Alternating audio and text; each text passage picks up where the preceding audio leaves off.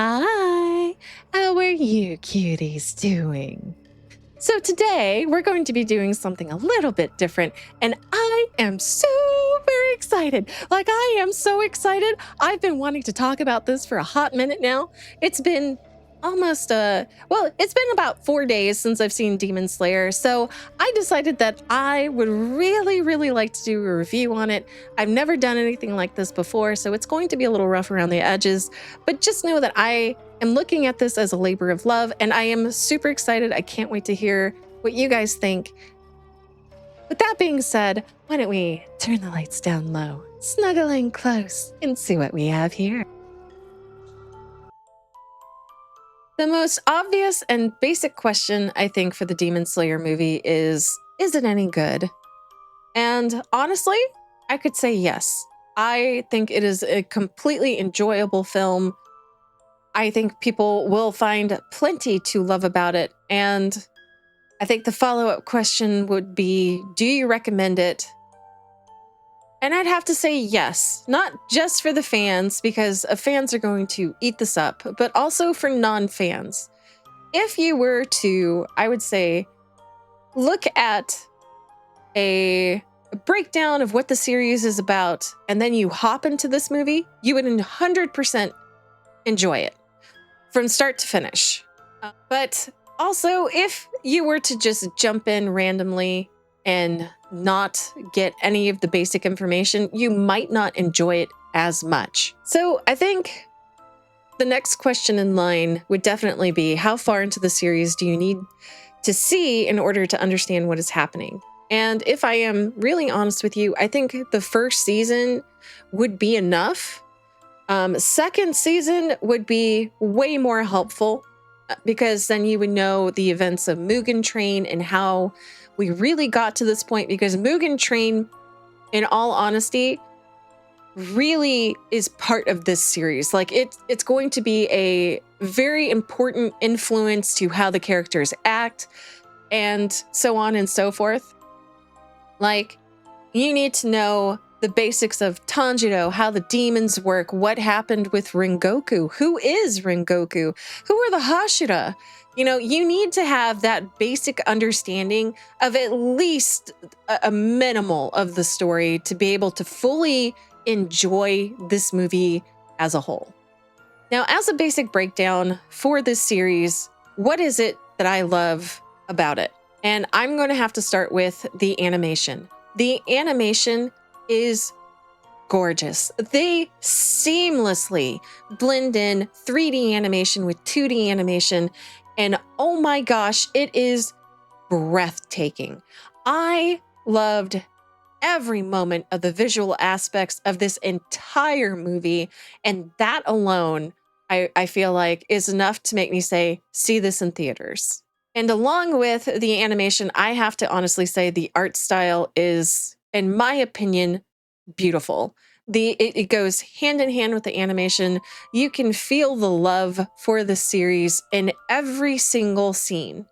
Like, I am forever impressed with how far UFO Table has just ramped up the animation, the style, all of it, just for this movie alone. Now let's talk about the music. The music score really pulls you into the story. I felt ready to fight in moments, not just because of the story, but because the music just really pulls you in, and it gets your adrenaline pumping. And when there are slower moments, or even moments of where exposition is happening, that music pulls you in and it makes you feel like you're there. I am wanting this OST so badly for how beautiful they made it. I am so impressed with everything about the art style, the animation, and the cinematography. It was just phenomenal. I feel like the theater is where you're going to really appreciate that the most. Like, I'm not going to be able to sell the theater tickets to you hard enough, because be it IMAX, be it regular screen, it was breathtaking. Now, as far as that goes, I do have one complaint. There is a serious pacing issue. I understand the pacing issue, and I know my saying that is going to upset a lot of people, but you have to realize that they are cramming in so many chapters for this series, and then in so doing, they also have to stretch out those stories, make them last. Especially, okay, so they have to stretch out these stories because this is going to be a 3-part movie. So this is just part 1. And I think that is a bit excessive, especially since you have this basically crammed into a 2-hour and 30-minute movie or something of that length, but it was like pretty significant. I still feel like they made it work, but there are definitely areas where they could prune it to just button it up a little bit. But I understand where they're going with it because this movie is basically, I want to say, about 8 episodes long. They could probably stretch this out to more than just 8, but definitely 8 at minimum for this series. Because they're going to do what they did for Mugen Train, which is they're going to break it down for the TV aspect, which is understandable. I understand where they're coming from with this because they still need to produce a television series instead of just a movie, because it's always what it's been. It is a TV series at heart with the occasional movie thrown in like any typical anime. And I feel that it works because Mugen Train, in my opinion, was perfect. As far as an anime movie can go, Mugen Train was it. I loved everything about Mugen Train. I've seen it 7 times in the theater. I would watch it again. That's how much I love it. And that's not even counting the times I've seen it outside of the theater, because I've seen that movie so many times. That being said, I don't care for the television version, just because I think that the movie just did it better. The movie resonated with me, whereas the television series, I don't feel really added anything to it. Do I think that you would enjoy the television series over the movie? It's entirely possible. But for me, I did not. Probably because I watched it so many times in the theater. But it doesn't matter, because we're not talking about Mugen Train. We're talking about Infinity Castle. Do I think the television series will be as good as the movie? I don't know. That's going to be something that we find out.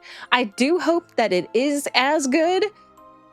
So I think Infinity Castle as a television series should be just as good as its movie counterpart.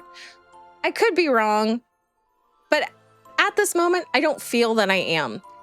And I'm really looking forward to seeing this entire series from start to finish as a whole, so that I could judge it a little more properly later. Is the story enjoyable? Yes, it is. It's going to be a really good arc. It's definitely one of my favorites. I feel like the movie handled itself extremely well. The story was very good. It was gripping. There are moments in it, and again, this ties back to pacing, where it feels like I was fully immersed in a moment, and then all of a sudden, it's like I hit a wall, and then it just stopped. And then I had to re-pick up the pace because, a certain event happened, and then for some reason, that event just stopped. And it just didn't tie in as smoothly to other scenes as I would have liked it to have.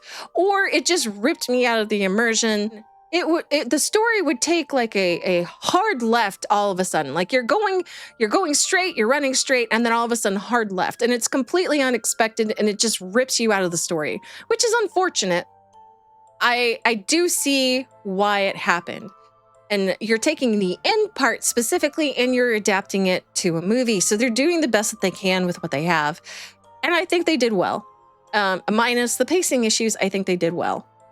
So that being said, I feel like the next, question would be, where does one do better than the other? And I would have to say, I think Mugen Train did it best. And that's not bias. It's more along the lines of they did not have that jarring rip in pacing that completely killed, any hype that I had. Like, you had an epic fight scene. Well, in Mugen Train, you carried it from start to finish. You were constantly ready to fight. You were ready to see how Tanjiro and the crew handled themselves.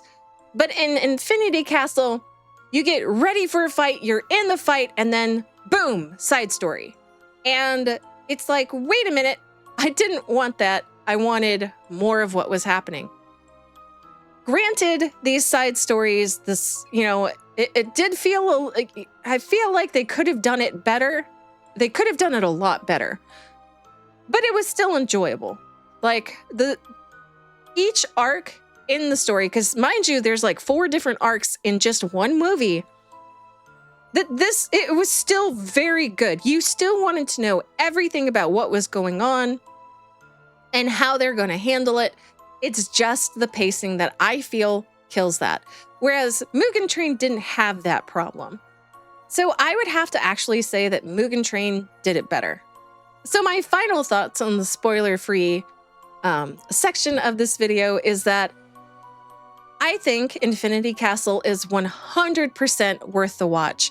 If you can see a matinee showing where it's much, much cheaper than the late night ones, I would highly suggest you go to those. But I would have to say, please, please watch this in theaters. Very much worth it. I honestly cannot wait for the DVD to come out. I will definitely be owning this. I just think that if you are a Demon Slayer fan, you will definitely want to see this. If you are not a Demon Slayer fan, I think you will absolutely enjoy it. So long as you catch up on at least a little bit of story, find a YouTuber out there that does a basic synopsis of like the first season, or first and second season preferred. But there are definitely different ways for you to be able to catch up without having to watch the entire series. I still encourage you, mind you, to watch the entire series because it's definitely well worth it. The animation alone makes it worth it, but the story is also very gripping. I do realize that there are some people who don't like the story, and that's fine. You're never going to find every anime fan that agrees on every movie or series. So that being said, that is the end of my spoiler-free section. So if you do not want to have anything spoiled, I do very kindly urge you to please stop watching here. This is the best that you're going to get before I start, talking about things you don't want to know about, that you should not watch before you go see the movie, because you should definitely go into this blind. It's phenomenal. It's worth the time. It's worth the effort. Definitely give it a watch. Now for my spoiler section. I am going to start with the Shinobu fight. I think this part of the movie was very good. I wanted more right out the gate. Again, the problem was the pacing issue. You, all of a sudden, like in the middle of the fight, just get story dumped on what the villain had gone through and how they got to this point. And while it is necessary to do that, I feel like they could have put it in a better spot. And that's going to be my major complaint throughout this whole movie. They have really good exposition. It's just the placement that I have an issue with, because they would always do it either in the middle of the fight or right before a fight. And they could have done this section so much more justice if they had fixed the pacing. You are left wanting to see more, because you only see a certain set amount before someone steps in, and then you'll have to wait until the second movie before you see how that section of the story ends, unfortunately. So I'm very hyped for the second movie. I am seriously ready for the next person's turn. I don't want to spoil who's next because I feel like it's very important to the story, but I am very excited about it. The writer, the mangaka, did a fantastic job with this part. The choreography for the fights were fluid. You get to see her fighting styles in action, and you're like, hot damn, where were you hiding these techniques? How the fuck have you not beaten this, other Hashira before? Because she fights so good. I want you to remember going in that she uses insect-like abilities, or at least not abilities, but like a sword style. And she makes it believable in a sense. Like, of course, you're not going to have actually human, superhuman speeds, but it's just seeing her in action. You're like, I could totally see that within her character. I loved it. It was 100% gripping. It had me like, I've read the manga, but I still felt in that moment that I was anxious for her. I was in that fight. I was cheering for her. I did not want the demon to win. It definitely hit the mark for me. As for her opponent in this one, I feel like this guy pissed me off. Okay, so for those of you that don't know, I hate to spoil this part, but she fights the demon Doma. Doma is the demon that looks like he has blood dripping from the top of his head, which is the description used in the anime. And he is such a smug motherfucker. I wanted to punch his lights out myself. I was so mad. He got under my skin, which was the whole point of his character. He was well written.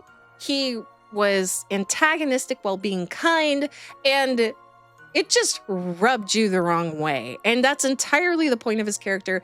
They did a great job with it. I still really want to slug the shit out of him. As for the end of the fight, it left me angry. I felt like I went through so many stages of emotion. I felt angry. I felt a little bit of despair. And I felt hope that Shinobu would beat this guy, because you just really want her to, but you also feel like she can't do this. And so you worry about her. You really, really get invested. I did anyway. I got super, super invested. And I feel like the conclusion of the story, or this part of the story, will not be met until the second movie, I think. Which is very frustrating, because I wanted the second part of this story like right then. I wanted it drip fed into my veins. I was ready to fucking go. But they kind of, I guess in a sense blue-balled us, and we just have to wait until next time. Now, as for Zenitsu's fight, okay, I'm going to preface this whole thing that I hate Zenitsu. I hate his whining. I hate his crying. I hate how he hits on anything that is, clearly a woman, and probably some who he's not quite so sure about, he would still hit on, which I feel like degrades his character.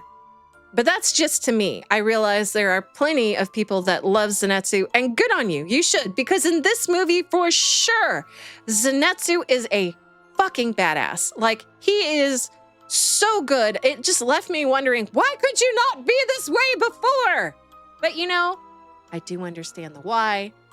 You want to see his character build up, but I don't know. To me, it kind of felt like he went from being this insufferable little shit to all of a sudden he's really fucking cool. I do understand how he got there, but that's still how I felt while watching the movie. Okay, so now when it comes to the opponent that Zenitsu fights, it is someone that he is, I guess, for a lack of a better term, related to, but really they're under the same, what is it called, a dojo? I don't know that it's called a dojo. I think it's like a fighting style, and you get more clarity on why Zenitsu can only use the one technique. And I think it makes a lot of sense, and I liked how they did this. So I have to say that Zenitsu's rival or fighter, rival is a good word. Zenitsu's rival in this one, the one who he fights, is, I think, segue into seeing Zenitsu grow as a person.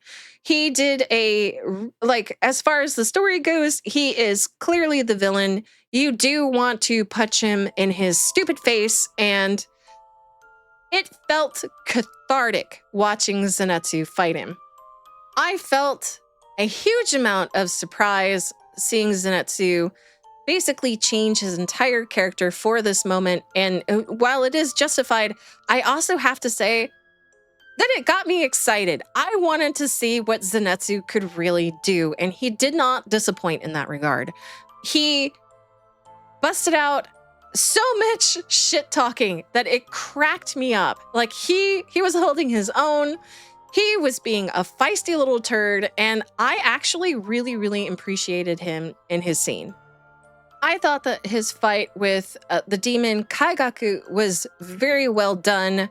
It was not only beautifully shot, but you actually felt that Zenitsu was going to beat the brakes off this character. You were cheering for him.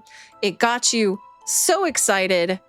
I don't want to spoil too much because it's so important that you learn about who Kaigaku is and his importance to Zenitsu. It's just, gosh, it's so good. I was actually really shocked at how much I liked this scene. I thought the pacing was actually better in this scene than I think the others. Is there probably a little bit too much exposition? Maybe. I mean, like, that could be seriously argued. So I feel like the pacing in his segment was much more fluid. It handled itself very well, and I feel like might be the stronger part, as far as pacing goes, the stronger part of the movie. Like, it's really well done. And sometimes it feels like, the more I think about it, it feels like you had different people like governing each section of the movie. And I feel like whoever governed Zenitsu's knew what he was doing. And I don't know that I can say that for the rest of them, but definitely for Zenitsu. I thought that the way the fight ended was actually believable. Like, I could see this within Zenitsu's character. And again, you have to remember, I hate Zenitsu. So for me to say that, I feel should put emphasis on how much I liked this part of the arc. It made me change my opinion of Zenitsu. Now, if I were to watch this series from start to finish, again, I know that I would hate Zenitsu from season 1 all the way up to this season of the series, which I think would be season 4. I would hate him, but I would really like him in this part of the series. So this is probably, in my opinion, one of the better stories that you will ever see Zenitsu in. Okay, so now we're going to get into the Akaza fight. Now, this is the fight that I wanted to see the most. I was ready to see it right out the gate. I wanted to know what was going to happen. Granted, again, I did read the manga, but it was this segment in particular that I was wanting to happen first, even though I know it didn't. But out of every fight, yes, this is the one I wanted. It leads to the closure of Mugen Train, and I needed this part in my veins, like right then. As soon as I sat down, as soon as the movie started, I was like, give me that fight. Give me that fight between Tanjiro and Akaza. I'm so fucking ready. But yes, oh gosh, everything about it was just beautiful. The fight choreography, you felt it. It really felt like you could almost feel Akaza's punch, which is a scary thought. Just because the sound design alone, it was just so good. Like, it felt like each blow was weighted, and I don't know. I love that about it. I completely forgot that Giyu was even part of this segment of the story.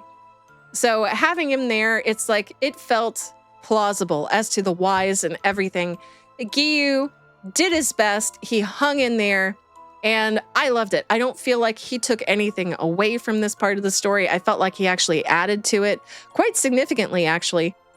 It was just so good. I just cannot harp on that enough. The pacing is, once again, my biggest issue, because, and I feel like this part of the movie was the worst when it came to pacing, like absolutely the worst. You had Tanjiro start shouting when he shouldn't have. You have the side story for Akaza. Felt like it was, I don't know, to me, it felt like it was a little bit too long. Like, I feel like they could have shortened it at least a little bit. I don't know how they could have, but I feel like they could have buttoned it. Maybe they could have just buttoned it up a little bit better. I really don't know, but the place in which they inserted it, I feel like frustrated me a little bit. However, I can understand why they did it because you are learning more about Akaza for this one, and you are seeing a side that you weren't expected to see. Like, I remember reading the novel and I was like, what the fuck? I don't remember this part. Was he always this way? And I don't want to ruin this part for you guys because you should definitely see it. But I didn't remember it, and I didn't remember his story from the background. I didn't remember, you know, all the side characters that went into his story, but I felt like I genuinely adored all the side characters, and surprisingly, I actually ended up really liking Akaza. Do I forgive him for what he did to Rengoku? Absolutely not. What he did was fucking criminal to Rengoku. But I also feel the massive amount of respect that Akaza had for him. In whatever capacity Akaza could have respect, you know, for another 1 to 4, he did have it, you know, and it felt still within the realm of his character. Again, it's just the pacing issue that I have with this one, and Tanjiro being Tanjiro really kind of irked me in one particular scene. If you see the movie, you'll know what I'm talking about.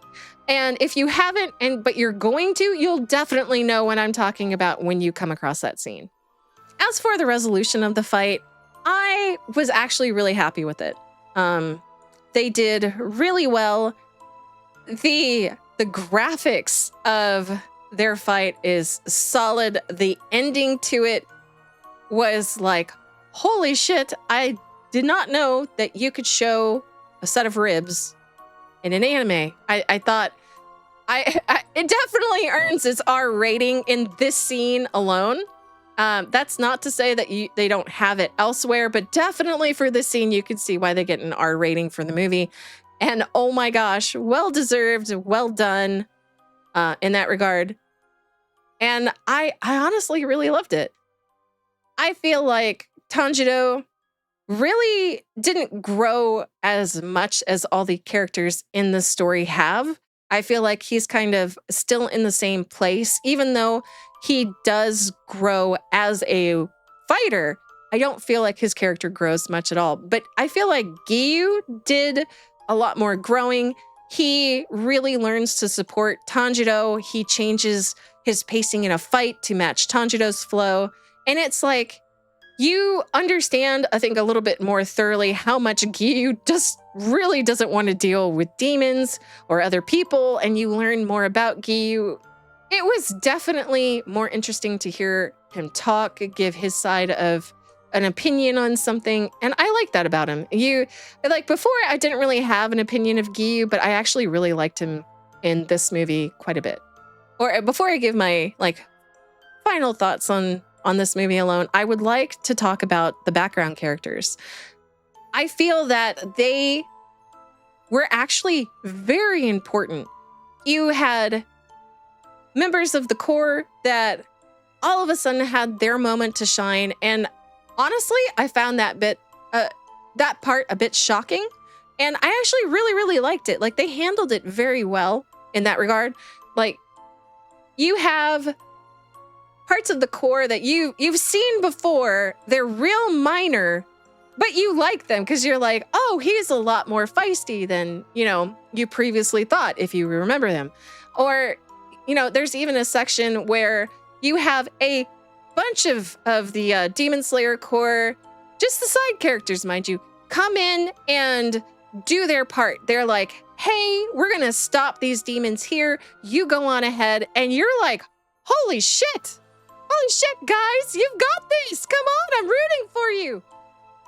Okay, so there's like a little section where these characters actually save Zenitsu, right? And you're like, oh my gosh, you guys are pretty awesome. And they're willing to sacrifice their lives in order to make sure that Tsunetsu is safe, that the guy who is trying to help bandage him up is safe. You know, even though that there's all this banter between the guy saving Tsunetsu and the Demon Core guy, you like it. You know, at least I liked it.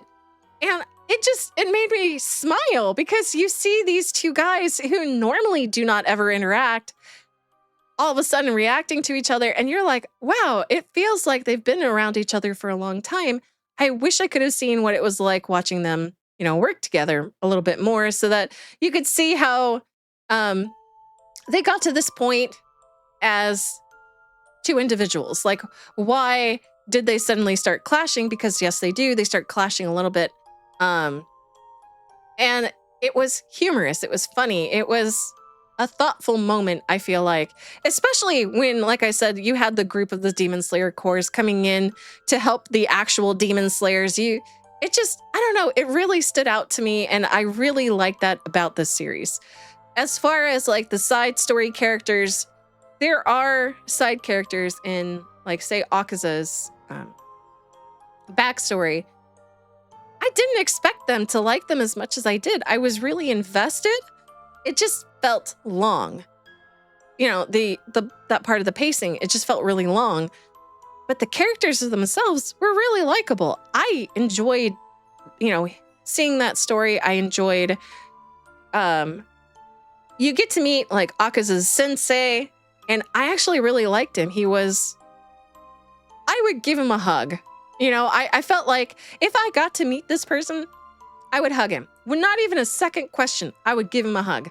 And I liked that. I liked how affable the man was. I liked, you do get to see his daughter. I liked her. I liked her a lot. She was doing her best. I really, really felt pity for her. The character building in this was really amazing. I loved everything about all the side characters, you know. That being said, do I feel like the movie had a solid ending or stopping point? And honestly, I could say yes. It was very solid, but you still felt that I need to see the next episode now, which is part of the whole experience. You want to see more. You want to see the conclusion. So, by the end of it all, even though you had all those pacing issues, you were like, oh, gosh, I want the next one. I want the next one tomorrow. So when it stopped where it did, you felt like you were hyped. You were ready to go. You want to see Muzan get his ass beat. I mean, I don't know. I am so ready for the second one. And the way that it ended made sure that I still felt that way by the end. So for my final thoughts, I would have to say, once again, go see this. Go see this in theaters. If you haven't seen the series, it is worth the time to invest into this so that you could experience this in the theaters while it is happening now, before you get more spoilers, before you have things ruined for you. It is definitely worth the effort to watch this in a theater, to go through the series or even just a synopsis. It is worth the effort. I would see this again in the theaters if given the chance. Even though it's 2 hours and 30 minutes, I would still watch it again. I don't love it as much as I loved Mugen Train, but that would not stop me from seeing this a second time. It is that good, in my personal opinion. Like, I really want to rewatch the entire series just so that I could see this again with more fresh eyes that remembers more things about the story. Or even read the manga and then come back and be like, compare the two, did they handle this as well as they could? I really do want to go to that depth.